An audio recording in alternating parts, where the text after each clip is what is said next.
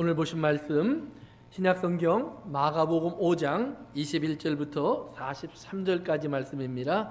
예수께서 배를 타시고 다시 맞은편으로 건너가시니 큰 무리가 그에게로 모이거늘 이에 바닷가에 계시더니 회당장 중에 하나인 야이로라 하는 이가 와서 예수를 보고 발 아래 엎드려 간곡히 구하여 이르되 내 어린 딸이 죽게 되었사오니 오셔서 그 위에 손을 얹으사 그로 구원을 받아 살게 하소서 하거늘 이에 그와 함께 가실새 큰 무리가 따라가며 애워싸 밀더라.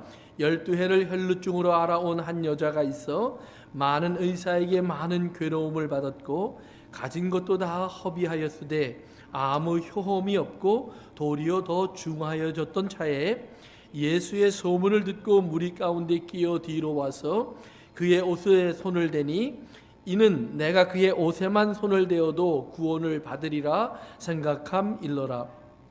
이에 그의 혈루 근원이 곧 마름에 병이 나은 줄을 몸에 깨달으니라. 예수께서 그 능력이 자기에게서 나간 줄을 곧 스스로 하시고 무리 가운데서 돌이켜 말씀하시되 누가 내 옷에 손을 대었느냐 하시니 제자들이 여짜오되 무리가 에워싸 미는 것을 보시며 누가 내게 손을 대었느냐 물으시나이까 하되 예수께서 이 일 행한 여자를 보려고 둘러보시니 여자가 자기에게 이루어진 일을 알고 두려워하여 떨며 와서 그 앞에 엎드려 모든 사실을 여쭈니 예수께서 이르시되 딸아 내 믿음이 너를 구원하였으니 평안히 가라 내 병에서 놓여 건강할지어다. 아직 예수께서 말씀하실 때에 회당장의 집에서 사람들이 와서 회당장에게 이르되 당신의 딸이 죽었나이다. 어찌하여 선생을 더 괴롭게 하나이까?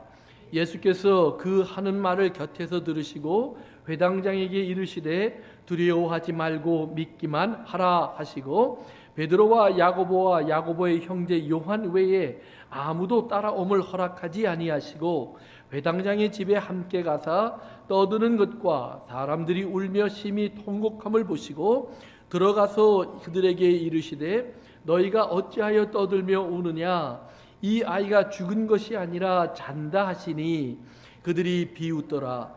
예수께서 그들을 다 내보내신 후에 아이의 부모와 또 자기와 함께한 자들을 데리시고 아이 있는 곳에 들어가사 그 아이의 손을 잡고 이르시되 달리다굼 하시니 번역하면 곧 내가 네게 말하노니 소녀야 일어나라 하심이라. 소녀가 곧 일어나서 걸으니 나이가 12살이라. 사람들이 곧 크게 놀라거늘 예수께서 이 일을 아무도 알지 못하게 하라고 그들을 많이 경계하시고 이에 소녀에게 먹을 것을 주라 하시니라. 아멘. 아마 제가 와서 여러분들과 같이 말씀을 이렇게 나누면서 읽은 본문 중에는 가장 긴 하나님 말씀을 읽은 것 같습니다. 그렇지만 이 두 말씀은 이것을 나눌 수가 없어서 오늘은 이 전체 안에 있는 하나님 말씀을 함께 생각해 보려고 합니다. 오늘 우리가 읽은 본문 말씀에는 두 개의 사건이 들어와 있습니다. 하나는 야이로라고 하는 사람이 자기 딸이 질병에 걸려서 막 죽을 것 같은 급한 상황이 되었을 때 예수님께 찾아와서 이제 내 딸을 고쳐주십시오라고 말하는 그러한 장면에서 시작되는 것입니다. 그리고 그 끝부분에 가보면 야이로의 집에 예수님이 가셨고 예수님은 야이로의 딸이 이미 죽어있는 것을 보시고 그 딸을 다시 살려주시는 그런 장면으로 오늘 본문이 마무리됩니다. 그런데 가운데 보면 한 여자가 예수님에게 몰래 다가왔습니다. 우리가 지난번에 본 것처럼 바다 건너편에 갔을 때는 예수님을 잘 모르니까 아무도 나오는 사람이 없었는데 다시 이쪽으로 건너오니까 이쪽은 예수님이 하셨던 일을 잘 아는 사람들이 많이 있었습니다. 이미 과거에 병을 고친 사람도 있었고 기적을 본 사람도 있었기 때문에 예수님이 다시 온다는 소문이 나니까 수많은 사람들이 나와서 예수님을 맞았습니다. 그리고 그들이 예수님을 따라가기 시작했습니다. 그러니까 많은 사람이 예수님 주변에 몰려들어서 이제 예수님을 만지고 예수님에게 다가서려고 막 이렇게 서로 밀치고 밀리는 그런 장면이 이어지고 있습니다. 그런데 한 여자가 그 틈에 들어와서 예수님의 옷에 살짝 손을 댑니다. 이건 뭐 누가 봤는지도 모를 정도로 그렇게 스쳐 지나가는 만남입니다. 그런데 예수님께서 갑자기 가다가 발을 멈추십니다. 그리고 말씀하시기를 누가 내 옷에 손을 대었느냐. 제자들이 기가 막혀서 대답을 합니다. 아니 예수님, 누가 내 옷에 손을 대었다느요? 이렇게 많은 사람들이 만지고 밀치는데요, 누구를 말하시는 겁니까? 예수님이 성경에 보니까 32절에 이 일 행한 여자를 보시려고, 누군가 한 여자를 찾으려고 예수님이 멈추어서서 고개를 돌리셨습니다. 그리고 이렇게 돌아봅니다. 아마 그 여자와 눈도 마주쳤을 겁니다. 이제 그 여자가 예수님 앞에 나왔고 자기에게 일어난 일을 고백합니다. 그리고 예수님은 그 여자에게 내가 이제 다 나았구나. 이제 네가 나은 것을 너는 이제 하나님의 은혜인 줄 알고 기뻐해라. 그러면서 네가 내 믿음이 너를 고쳤으니 편안히 가라. 너는 이제 건강하게 살 거야. 그리고 그를 축복하며 보내주시는 장면입니다. 아마 이 일이 진행되는 동안 야이로의 가슴은 아마 불타듯이 초조했을 겁니다. 왜냐하면 딸의 목숨이 경각에 달린 걸 보고 왔습니다. 뭐 시간이 거의 없다는 생각을 하고 왔습니다. 그런데 예수님은 태평하게 멈추어서서 이렇게 말하고 있습니다. 그리고 조금 있다가 이제 막 다시 출발하려고 하는데 사람들이 자기를 찾아왔습니다.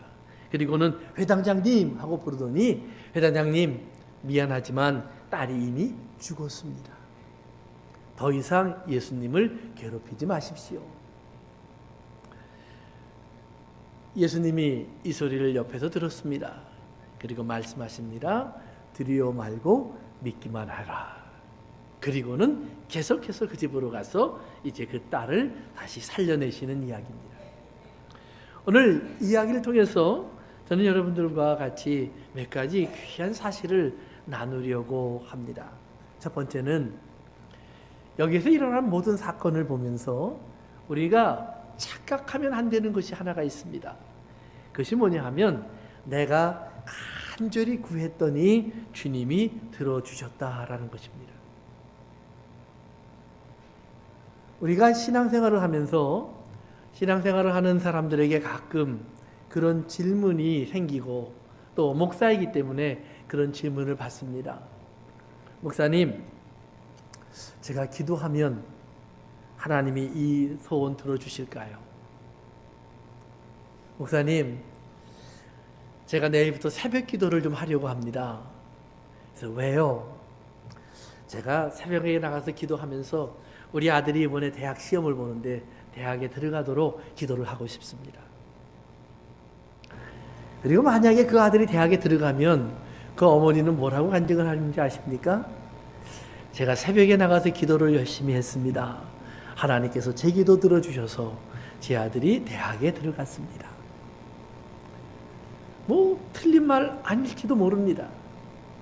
그러나 성경은 그런 신앙을 굉장히 경계하고 있습니다.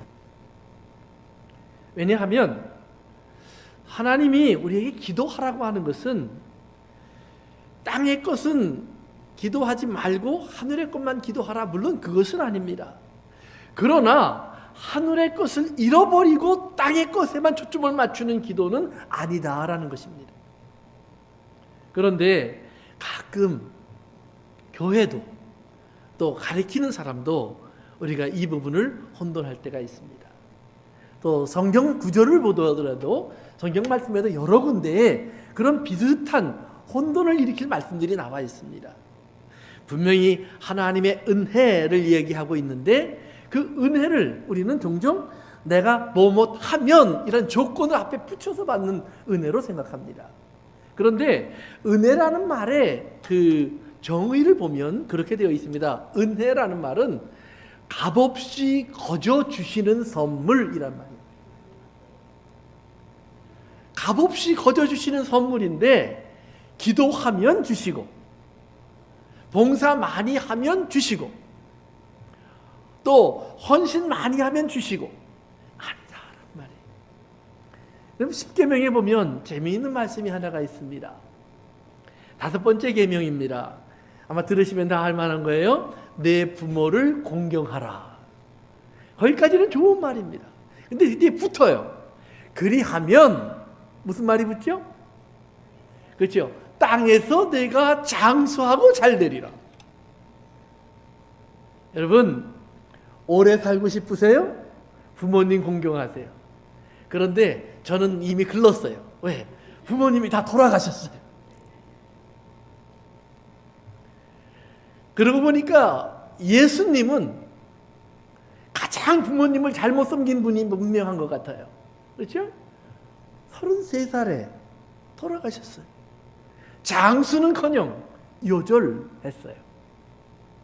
성경에 보니까 예수님이 부모님에게 그렇게 썩 좋은 아들은 아니었던 것도 같아요. 어떻게 보면 12살 때 이야기 한번 해드린 적이 있는데 부모님과 손잡고 예루살렘에 와서 예배드리고 돌아가다가 혼자 빠졌어요.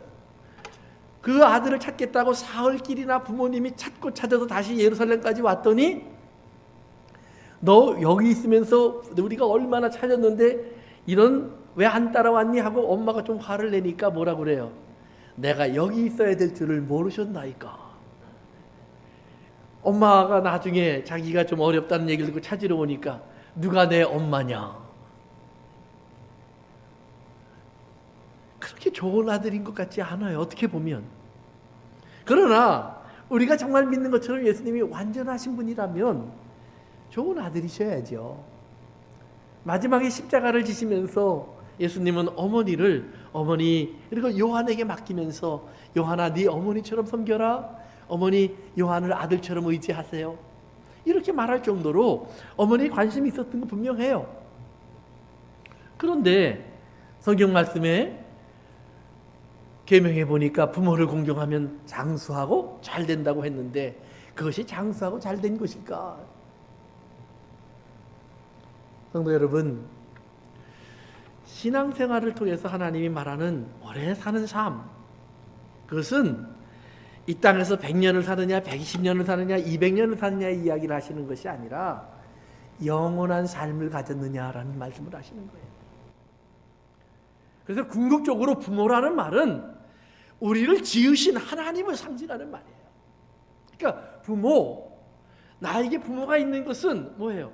하나님께서 나를 이 땅에 지으시기 위해서 부모님을 통해서 나를 낳으신 거예요.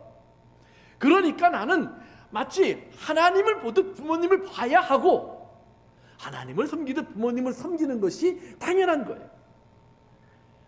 우리 아버지는 돈이 없어서 싫어요. 우리 엄마는 잔소리가 많아서 싫어요. 이거 아니라는 말이에요. 그 모든 것을 떠나서 내가 존재할 수 있는 것 자체가 그분들 때문이에요. 그러니까 하나님의 손길이라는 말이에요.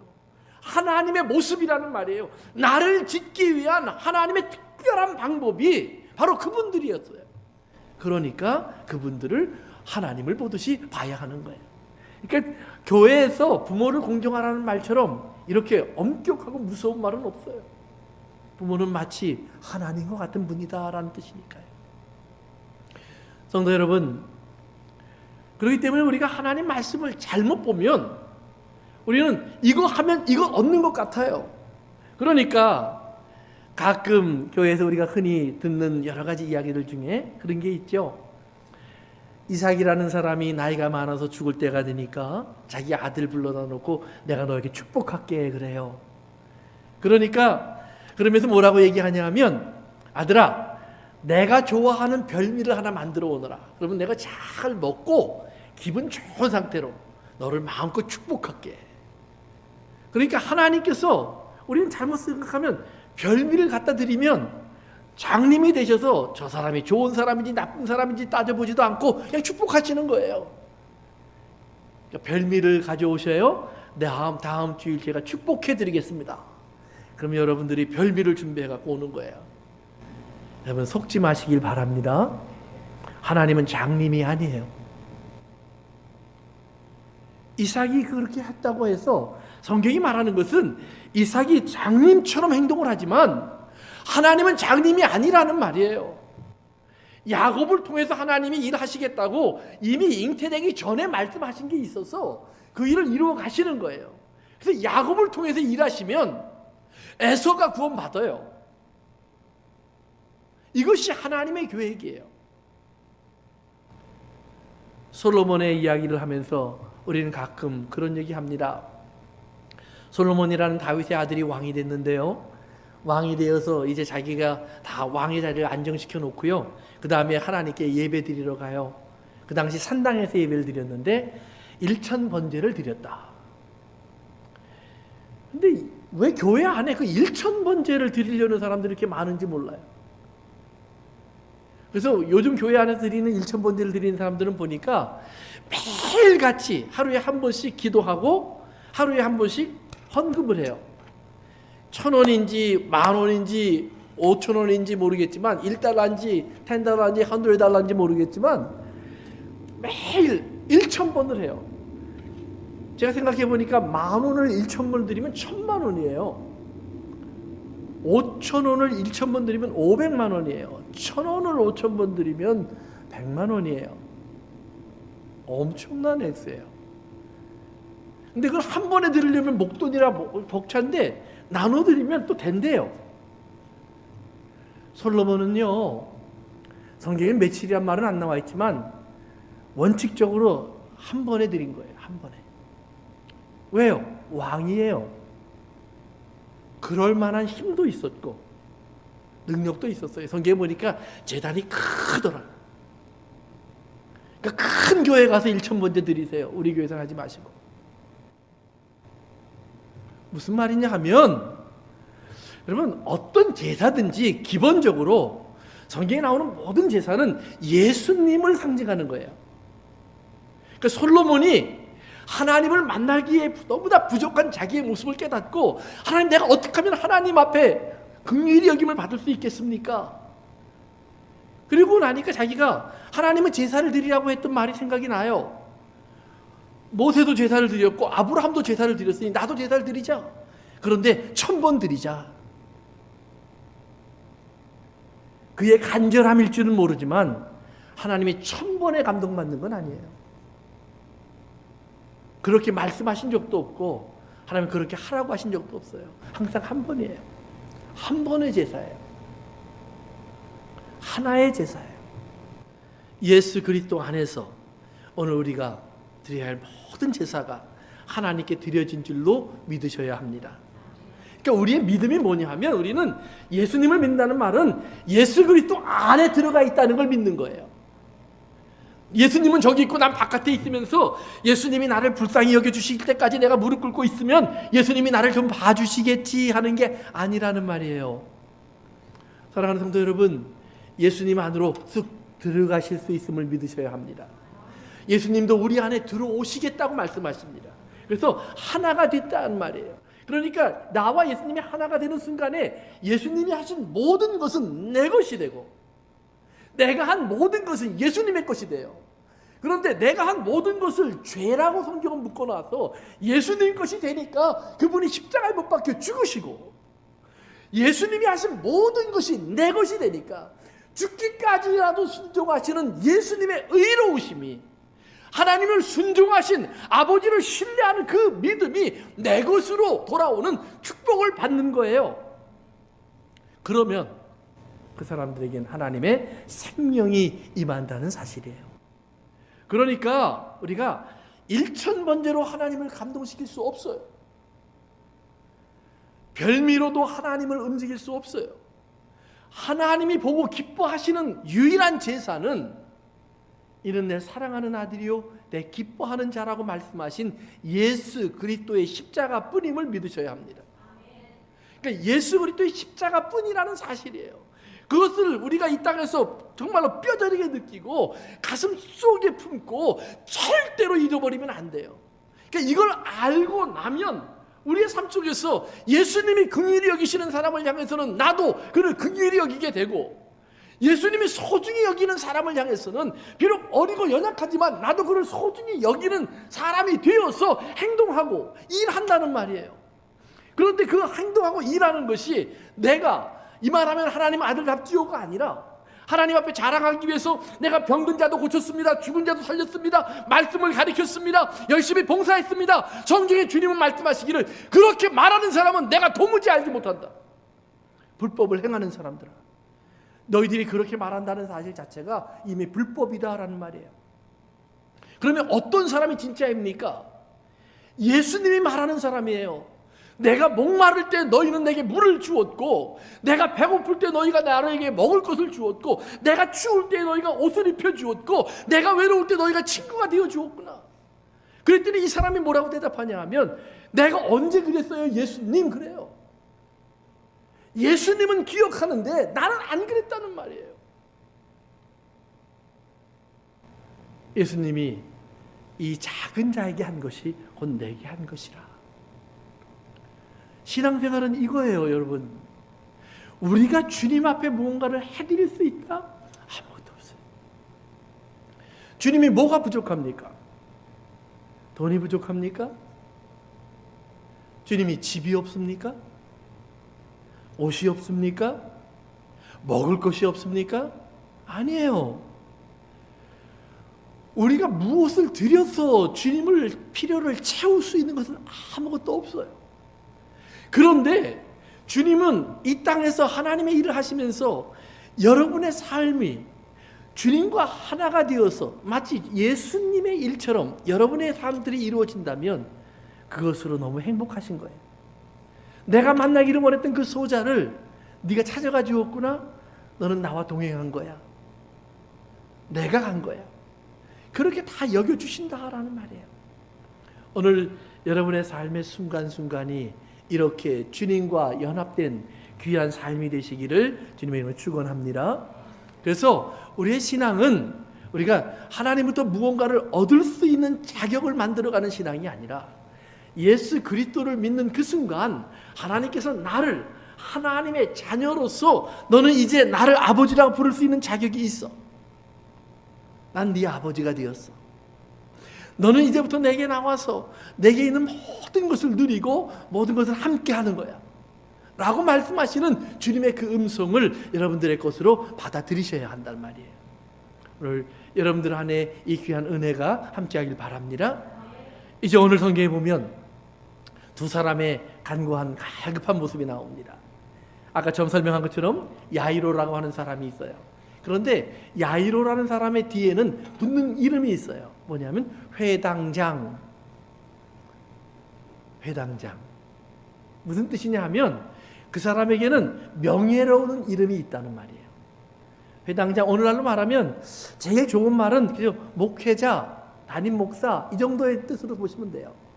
그러니까 우리 목사님 하는 소리를 들을 만큼, 그러니까 목사 그러면 그건 문제지만 목사님 그러면 괜찮은 거예요. 근데 여러분들이 저를 보고 목사님 그러시더라고. 그러니까 나는 괜찮은 목사예요. 근데 그러니까 목사가 아니고 목사님이에요. 그러니까 마치 회당장, 야이로, 그런 명예로운 이름이에요.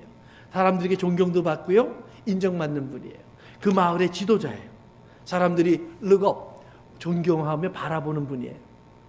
이 사람이 많은 사람이 있는데 예수님 앞으로 나와요. 아마 그 사람이 나오면 사람들이 길을 비켜줬을 거예요. 야, 좀 비켜. 야이로가 가신다. 회당장님 나가셔. 회당장님이 예수님께 무슨 볼 일이 있대. 빨리 비켜. 사람들이 길을 비켜줬어요. 야이로는 예수님 앞에 나가서요, 무릎을 꿇고 엎드렸어요. 간절히 얘기해. 예수님, 날 좀 불쌍히 여겨주세요. 내 딸이 죽을 것 같아요. 와서 도와주세요. 와서 내 딸을 위해서 기도해 주세요. 내 딸에게 손을 대어주세요. 그러면 병이 나아서 일어날 거라고 나는 믿습니다, 주님. 왜냐하면 주님이 하신 일을 난 보았고 난 들었고 알고 있습니다, 주님. 문둥병자를 고쳤고 죽은 자도 살리셨고 병든 자를 이미 하면 고치시지 않았습니까? 내 딸을 고쳐주세요. 야이로는 주님 앞에 그렇게 무릎 꿇고 기도합니다. 물론 야이로가 예수님에게 무릎 꿇고 기도한 모습도요, 충격적인 모습입니다. 왜냐하면 예수님과 야이로, 회당장과 나사렛 사람, 그러면 회당장이 더 존귀한 거예요. 아니, 야이로가 예수님에게 무릎 꿇는 거, 그거 굉장한 일입니다. 마치 제가 무릎 꿇고 저 길 가는 어떤 거지 같은 사람에게 무릎 꿇고 나를 좀 불쌍히 여겨주세요, 이런 거랑 똑같은 거예요.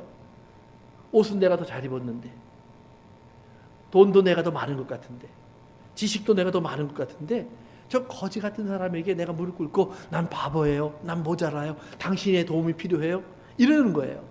그러니까 사람들이 굉장히 관심을 갖고 봤을 거예요. 예수님이 아무 소리 안 하고요, 그분의 말을 듣고 따라갑니다. 그분은 예수님 앞에, 사람 앞에서 예수님 앞에 나와 무릎 꿇고 예수님에게 기도하고 예수님에 부탁하고 예수님을 억지로라도 자기 집으로 데려갈 수 있을 만큼 어떤 면에서 인정받고 있는 사람이에요. 그런데 그 사람의 손을 잡고 예수님이 가고 있는데 중간에 갑자기 예수님의 삶에 변화가 생겼어요. 아까 얘기 드린 것처럼 어떤 여자가 예수님을 만났고, 성경에 보니까 이렇게 돼요. 그 여자가 예수님을 만지는 순간 예수님의 몸에서 능력이 빠져나갔다. 능력이 빠져나갔다. 근데 영어 성경들에 보면은요, 그거를 virtue 이렇게 번역한 성경들이 나와요. 원래 파워라는 말이거든요. 다이나모, 파워라는 말인데 그걸 virtue, 덕이 빠져나갔다 그래요. 덕이라는 말은 뭐냐면 행동하는 모습이에요. 행동하는 모습. 그러니까 하나님의 말씀대로 행동하시는 일들이 내 몸에서 빠져나갔다는 말이에요. 하나님의 말씀대로 무언가 되어지는 것이 내 몸에서 빠져나갔다는 말이에요. 그러니까 예수님의 몸에서 하나님의 말씀대로 무언가가 되어져서 빠져나갔어요. 예수님이 누가 손을 댔고 그 사람이 누구인 줄 알았을까요? 몰랐을까요? 아셔야죠. 성경에 보니까 능력은 나간 것은 알았는데 사람은 모르는 척 하세요. 누구냐? 여러분, 하나님은 여러분이 응답하기를 기다리십니다. 하나님이 여러분들이 어떤 마음을 가진 건 모르는 것 아니에요. 그러나 성경은 분명히 말해요. 사람과 천사 앞에서 나를 시인하라. 어떨 때는 그것은 간단한 일이지만 어떨 때는 그건 굉장히 위험한 일이에요. 이 여자의 경우는 쉬운 일이 아니에요.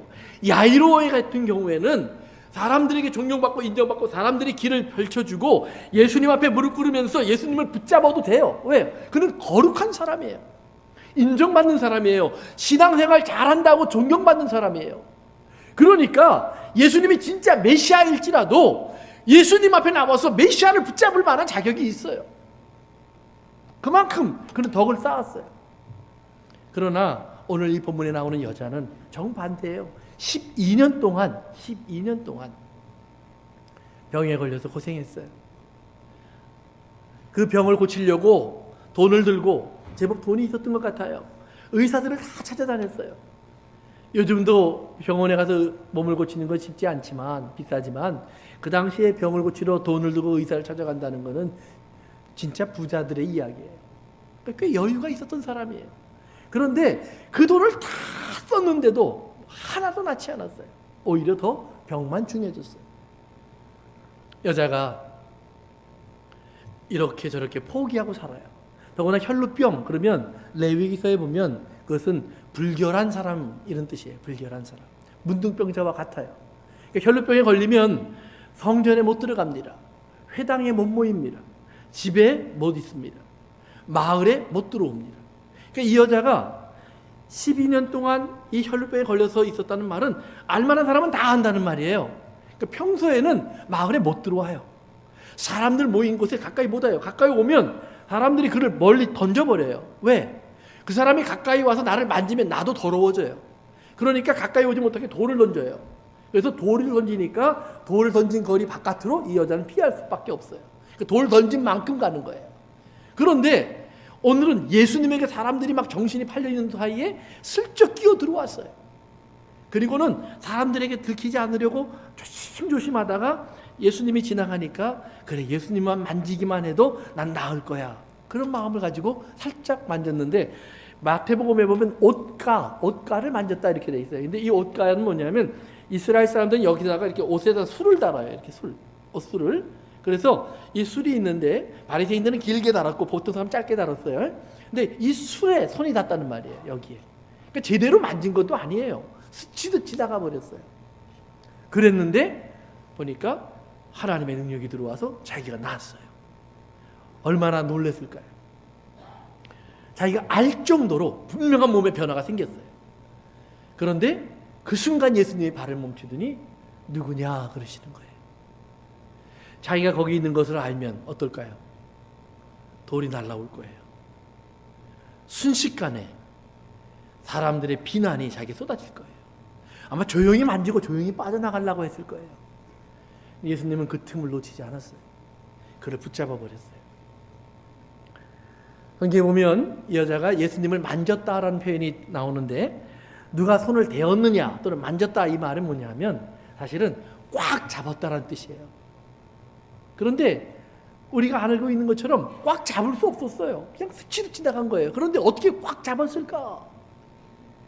예수님에게는 그 여자의 손이 스쳐 지나갔지만 더 이상 발을 옮길 수 없을 만큼 꽉 잡혀 있는 기분이었다는 말이에요. 근데 예수님은 옷가를 스쳤는데 이미 마음적으로 그 사람의 믿음 안에 꽉 잡혀버리신 거예요. 야이로가 그렇게 급한데도 못 가는 거예요. 붙잡혀 있는 거예요. 예수님이 그 여인을 찾기 시작하고 눈이 마주쳤습니다. 그 여인이 예수님 앞으로 나옵니다. 그 여인이 예수님 앞으로 나오는 순간 사람들이 누군지 다 알았을 거예요. 흠칫했을 거예요. 내 옷을 만졌었나? 저 여자가 내 온몸에 손을 대었었나? 얼른 멀어졌을 거예요. 예수님 앞에 나온 그 여자가 예수님 앞에 무릎 꿇고요. 성경에는 안 나와 있지만 아마 눈물을 흘리면서 발에 입을 맞췄을 거예요. 그리고 고백하기 시작합니다. 예수님, 내 몸에 병이 나았어요. 혈루의 근원이 사라졌어요. 예수님께서 그 여인을 이렇게 바라보시더니 편안히 가라, 내 믿음이 너를 구원하였다. 그래서 믿음이 너를 구원했다 해서 믿는다는 말은 뭐냐면 항상 그렇게 생각하세요. 네가 내 안에 들어와 있게 되었다 이 말이에요. 네가 내 안에 들어와 있게 되었다. 이제 너는 내 안에 들어와 있으니까 내 생명이 네 생명이 되었고 나의 아버지가 너의 아버지가 되었으니 네가 구원을 얻었다. 편안히 가. 사람들을 두려워하지 마. 조금 전까지 그 여인은 사람들 앞에 설 수 없는 사람이에요. 사람들이 보면 피하는 사람이에요. 사람들이 더럽다고 손가락질하는 사람이에요. 자기도 사람들이 두려웠어요. 예수님을 붙잡을 용기도 없었어요. 하나님을 하나님이라고 부를 수 없어요. 하나님의 전에 들어가는 것을 막혀있던 사람이에요. 그런데 예수님 말씀하시는 거예요. 너는 하나님 전에 이미 들어왔을 뿐만 아니라 하나님을 아버지라 불러도 되는 사람이야. 내가 하나님을 아버지 부르는 것처럼 너도 그렇게 불러. 아버지가 너와 함께 하실 거야. 아버지가 너를 지키실 거야. 아버지가 너와 같이 가실 거야. 너의 먹을 것을 공급하시고 너의 입을 것을 더하시며 너의 평생에 아버지의 날개가 너를 덮어주실 거야. 두려워하지 마, 놀라지 마, 내가 너와 함께 하리라는 말이 바로 너에게 주신 말씀이에요. 하나님을 예배할 수 없었던 사람을 예수님은 예배자로 인정해 주시는 겁니다. 다른 사람들이 볼 때에는 저 손가락질 받던 사람, 야이로나 되니까 예수님 앞에 와서 무릎 꿇고 예수님을 붙잡았지만 아니요, 야이로에 못지않은 사람이 바로 이 여자라고 예수님은 알려주시는 거예요. 성도 여러분, 꼭 기억하세요. 우리들은 가끔 내가 열심이고 내가 신앙을 갖고 있고 내가 믿음을 갖고 있으면 하나님은 나를 들으실 줄 알아요. 성도 여러분, 하나님은 나를 듣기 전에 이렇게 버림받은 여자와 작은 소자와 눈물 흘리는 사람에게 먼저 발걸음을 멈추십니다. 이것이 하나님의 법이에요. 오늘 이 성경 구절을 보면서 여러분이 꼭 생각해야 될 것이 있어요. 이 성경 마가복음이라는 성경은요, 그 당시에 로마에게 있는 그리스도인들에게 쓴 편지예요. 그러니까 당시에 로마는 어떤 곳이냐면 황제가 다스리고 있었습니다. 그런데 아직 기독교를 로마가 받아들이기 전이에요. 그래서 그 당시에 기독교인들은 아주 극심한 박해를 받았어요. 붙잡히면 감옥에 던져지고요, 예수를 부인해라 라는 요구를 받고 부인하지 않으면 격투사와 싸우는 사람이 되어서 칼에 맞아 죽거나 아니면 콜로세움 같은 데 던져져서 짐승의 밥이 되거나 아니면 십자가에 못 박혀서 그 다음에 불로 태워 죽이거나 아니면 로마 시민인 경우에는 칼로 목이 잘려 죽거나 아주 잔인한 방법으로 죽이는 거예요. 그러니까 로마에 있는 교회에게 하나님이 마가를 통해서 이 복음서를 보내는 거예요. 그러면서 로마에 있는 교인들아, 이 복음서를 읽으면서 너희가 믿음을 잃지 않고 담대하라. 그러면 내가 너희를 지키리라. 하나님께서 이런 약속의 말씀을 주시는 것이 이 마가복음이에요. 야이로가 자기 딸이 죽게 된 것을 보고 막 달려와서 예수님께 기도해요. 저는 이 장면을 보다 그 생각이 들었어요. 자기 아들이 예수를 믿는다고 감옥에 갇혔어요. 엄마가 하나님께 기도해요. 자기 남편이 예수를 믿기 때문에 다 직업을 빼앗기고 쫓겨왔어요. 그래서 카타콤, 지하 동굴로 들어갔어요. 저 무덤의 밑으로 들어가서 해를 보지 않고 살아요. 근데 밤이 되니까 먹을 것이 없다고 먹을 것을 구하러 무덤에서 나왔어요. 그리고 시내에 들어가서 믿는 사람 집을 문을 두드렸는데 그만 발각이 되어서 기다리던 로마 군인들에게 붙잡혔어요. 감옥에 들어갔어요. 소식을 들어보니까 붙잡혀서 감옥에 갔다는 소식이 와요. 내일이면 십자가에 못 박혀서 화형을 당한다는 판결이 내렸다는 소식이 와요. 그날 밤새 아마 이 여인은 기도할 겁니다. 하나님, 내 남편을 구원해 주세요. 예수님의 재림을 기다리고 있는 성도들의 간절한 소원이 하늘을 향해 막 울려 퍼졌을 거예요. 아들이 죽습니다, 예수님. 딸이 죽습니다, 예수님. 아내가 붙잡혔습니다, 예수님. 예수 믿는 것 때문에, 소망 때문에, 주님을 기다리는 믿음 때문에 저들이 지금 감옥에서 저렇게 죽어가고 있습니다. 하나님, 예수님은 언제 오시겠습니까? 지금 오셔서, 오늘 오셔서, 이 밤에 오셔서 내 아들, 내 딸, 내 남편을 구원해 주세요. 간절히 간구할 겁니다. 예수님이 그들에게 하나님의 성령의 은혜로도 응답하실 거고, 그들에게 여러 가지 방법으로, 위로의 말씀으로 그들에게 임재하실 거예요. 그러면 그들은 생각할 거예요. 아, 기도한 대로, 주님이 약속하신 대로 하나님께서는 오늘 밤에라도 오셔서 내 남편을 건져주실 거야. 아니면 주님의 재림하셔서 우리를 다 공중으로 불러 올리실 거야. 더 이상 이런 핍박과 어려움에서 자유를 주실 거야. 그런 생각을 했는데 그 다음날 예수님은 오지 않아요. 한 사람이 카타콤에 와서 문을 두드려요. 소리를 질러요. 아무도 없습니까? 로마의 백부장이 찾아왔습니다. 로마의 공회원 의원이 찾아왔습니다. 로마의 한 시민이 찾아왔습니다. 한 노예가 찾아왔습니다. 예수님에 대한 복음을 어젯밤에 들었습니다. 누군가 내게 와서 하나님의 사랑을 알려주셨습니다. 예수님의 십자가와 부활을 나에게 전해주었습니다. 나도 이 예수를 믿기를 원합니다. 그 형제를 받아들이는데 현장에서 자기 남편이 죽고 있어요. 그 형제를 내가 다시 품에 안고 카타콤 안으로 데리고 들어가는데 그 콜로세움에서 자기 딸이 짐승의 밥이 되고 있어요. 예수님이 어젯밤에 왔으면, 이 사람 구원하지 않고 어젯밤에 왔으면 내 딸이 사는데, 고난 안 당하는데, 그 비참한 죽음을 안 당하는데, 죽고 버려진 시신을 찾으러 가봤더니 손가락 마디 하나, 입고 있던 옷자락 하나, 제대로 된 시신도 없는 사람들이 되어서 버려지는 거예요. 어젯밤에 오셨으면 그런 일이 없는데, 우리 기도대로 응답하셨으면 그런 일이 없는데, 예수님은 우리의 기도를 듣지 않았어요. 예수님의 발걸음이 어딘가에 멈추어져 있어요. 누군가 예수님을 붙잡고 있어요. 우리의 기도보다 더 간절한 기도가 있다는 말이에요. 성도 여러분, 오늘 내가 예수님을 믿고 예수님을 알기에 우리는 야이로처럼 하나님께 기도할 때가 종종 있어요. 우리가 어려움을 당하면 기도하고, 우리가 힘들 때 기도해요, 물론. 그러나 좀 더 궁극적으로 보면 우리는 예수님의 재림을 놓고 기도해요. 지난 2000년을 기도했어요. 그런데 누군가 예수님의 발을 지금도 붙잡고 있어요. 어떤 사람이요? 예수님을 잘 모르는 사람이에요. 제대로 예수님 앞에 나올 수도 없는 사람들이에요. 평소 같으면 손가락질 받던 사람들이에요. 저 군중 속에서 얼굴도 드러나지 않는 사람들이에요. 이 세상 어디에 그런 사람이 존재하는지 우리는 알지도 못하는 사람들이에요. 그런데 누군가가 예수님을 기다리고 있어요. 어떤 예수님이요? 재림하셔서 우리의 소원대로 우리를 불러 올라가신 예수님이 아니라 처음 오셔서 십자가를 지고 우리 죄를 위하여 죽으셔야 되는 예수님을 기다리는 사람들이 있어요. 아직도.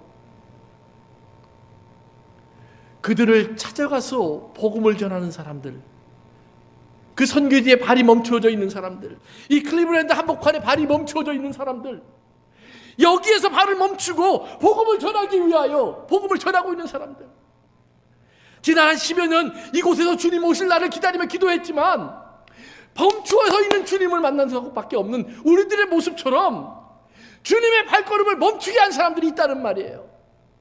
그리고 주님은 기꺼이 멈추어서서 그들을 고쳐주셔요. 우리는 죽어요. 그런데 죽은 우리를 주님이 찾아오셔서 뭐라고 그러는지 아세요? 잔다 그래요. 재미있는 사실은 잔다고 주님이 말을 하니까 어느 성경 본문은 40절에 그들이 비웃더라. 예수 안에서 죽은 사람들, 그 무덤을 보면서 사람들이 비웃는다는 말이에요. 예수 안에서 고난을 당하여 버림받은 사람들, 세상이 볼 때에는 그런 하나님을 비웃기 시작한다는 말이에요. 그런데 예수님 말씀하시는 거예요. 잔다. 그리고는 조용히 들어가서 말씀하십니다. 달리다 굼. 달리다라는 말은 소녀야라는 말이에요. 굼, 일어나라. 우리가 오늘 죽는다면, 우리가 오늘 잊혀진 것처럼 자기에 묻혀져 있다면, 여러분 기억하세요. 거기서 묻혀져 있는 우리를 주님이 잊어버린 것이 아니에요. 주님은 오늘 나를 과거에 만났듯이 누군가를 위해 거기 멈추어서 있을 뿐이에요. 그리고 나에게 말을 하는 거예요. 인내로 내 믿음을 온전케 하라. 너의 기다림을 포기하지 말라라는 말이에요. 소망 중에 기뻐하라라는 말이에요. 그러면서 거기에 너희가 맞추어 있고 거기에 너희가 갇혀 있는 그 순간, 그러면서 너희의 안타까움을 조금 더 오래 갖고 있고, 너희의 목마름을 조금 더 오래 갖고 있고, 너희의 그리움을 조금 더 오래 갖고 있으면 나는 멈추어서 한 영혼을 만날 수 있다라는 말이에요. 성도 여러분, 예수님에게 그 기회를 드리시길 주의 이름으로 축원합니다. 우리가 안 드린다고 예수님이 그 기회를 안 가지실 건 아니지만 주님은 그걸 믿는 거예요. 네가 기다려 주겠니? 네가 양보해 주겠니? 그것을 성경은 은혜라고 합니다. 우리가 양보하고 우리가 기다리고 우리가 또 하루를 더 사는 것, 이 땅에서 하나님의 사람들이 그 아픔과 죽음과 답답함을 외면하시는 듯한 하나님을 오늘도 붙잡고 놓지 않고 이 땅에서 붙잡는 사람들 때문에 우리가 만나지 못하고 있는 이유를 주님은 하시는 거예요. 사랑하는 성도 여러분, 오늘 주님께서 발을 멈추고 그 여자에게 치료를 말할 수 있고 평안을 말할 수 있는 것은 오늘 우리가 주님에게 그것을 허락했기 때문이에요. 예수님께서 마치 십자가를 하나님 앞에 넉넉히 받아들이듯이 이 땅에 하나님의 교회가, 하나님의 사람들이 하나님 내가 거기까지 허락합니다. 내가 그것을 십자가로 감내합니다. 그 순간 값없이, 그 순간 도저히 값으로 계산할 수 없는 소중한 은혜가 한 영혼을 찾아갈 수 있음을 믿으시길 주의 이름으로 축원합니다. 믿음은 거기에 십자가로만 이어집니다. 은혜는 십자가로만 연결됩니다. 은혜는 십자가로만 전달됩니다. 은혜는 십자가의 값으로만 치를 수 있습니다. 일천번제도 아니고요, 별미도 아니고요, 내가 하나님을 위해서 많이 수고했다는 수고의 자랑도 아니고요, 빠지지 않고 나오는 예배의 열심도 아니에요. 은혜는 오직 하나. 아무도 붙잡는 사람이 없는데도 이곳에 와서 누구에게 붙잡힐까? 당신을 붙잡을 수 있는 사람을 찾아서 사마리아도 가시고 걸어서 지방에도 가시고 나사렛으로도 오시고 예루살렘으로 오셨던 예수님이 오늘 나를 찾아 여기에 오신다는 말이에요. 재림을 기다리는 사람들이 일주일 전 텍사스의 한 교회 안에 있었습니다. 예배를 드리고 있었고 주님을 찾고 있었습니다. 주님이 그들에게 그 순간에 오셨다면, 그들이 그러는 찬송 속에 주님이 임재하셨다면 그 뒤에 일어나는 사건은 일어나지 않았을 거예요. 그런데 누군가 주님을 붙잡았고,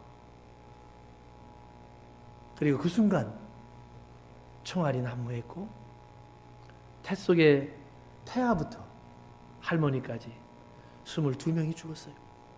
교회 안에서. 사람들은 말을 합니다. 하나님이 어디 계시냐고요.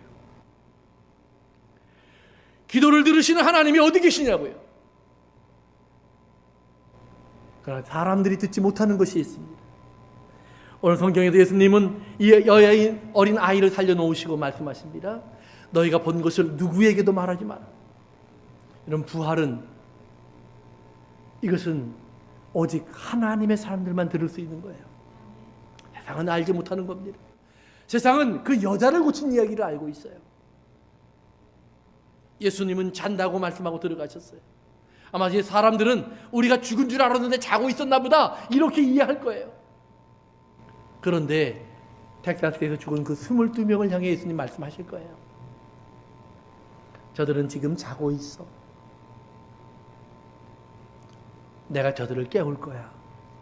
손을 잡고 한 사람 한 사람씩. 몸에 난 총알 자국들이 보일 거예요. 몸을 뚫고 나갔고 머리를 뚫고 나갔고 잔인한 흔적들이 나타날 거예요. 그런데 그들이 일어나는 날 그 잔인한 흔적은 더 이상 잔인한 흔적이 아닐 거예요. 십자가를 지신 예수님의 모습처럼 그 한 사람을 위해서 기다린, 고난을 감내하는 로마 교회의 모습처럼 오늘 이 땅의 그리스도인들이 살아가는 또 하루의 모습일 거예요. 사랑하는 성도 여러분, 오직 십자가 안에서만 이 은혜는 은혜로 이어지는 것을 믿고 승리하시길 주님은 축원합니다. 기도합니다. 여러분의 기도에 가끔 주님은 응답하지 않는 것 같습니다. 너무 절실한 간구에 주님의 발걸음은 다른 곳에 멈춰져 있는 것 같습니다. 내 딸이 죽는데 주님은 다른 여자를 보고 있습니다. 성도 여러분, 그러나 주님이 그 사람을 잊어버린 것 아닙니다. 그 사람을 잠재워도 된다라고 믿고 있는 것뿐입니다. 바울의 말처럼 너희가 주 안에서 우리보다 먼저 죽은 자들에 대하여 알지 못하기를 원하노라. 알지 못하기를 내가 바라지 않노라. 주 안에서 먼저 간 사람들, 그들은 다 주 안에서 잠든 것이니 그 나팔소리와 함께 주님이 오실 때 호령하는 소리로 그 잠든 자들을 다 깨워서 주님께 불러 올라가실 거라고 성경은 약속해 주고 있습니다. 성도 여러분, 그저 한 사람이 병이 낫고 죽은 사람이 살았다는 이야기가 아닙니다. 병이 나야 할 사람은 얼마나 많고 죽은 사람은 얼마나 많은데요. 왜 이 이야기를 로마에 있는 교회에게 하나님의 복음을 전하는 사람이 기록해 놨을까요? 왜 야이로같이 성실한 사람의 딸을 혈루병에 걸려서 12년이나 방황하던 여자보다 먼저 돌봐주지 않았을까요?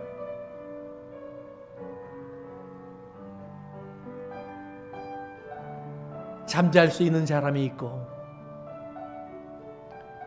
버림받을 수 있는 사람이 있기 때문입니다. 오늘 나를 기억하시어 발을 멈추시고 나를 찾아내시는 주님의 눈을 바라보시길 바랍니다.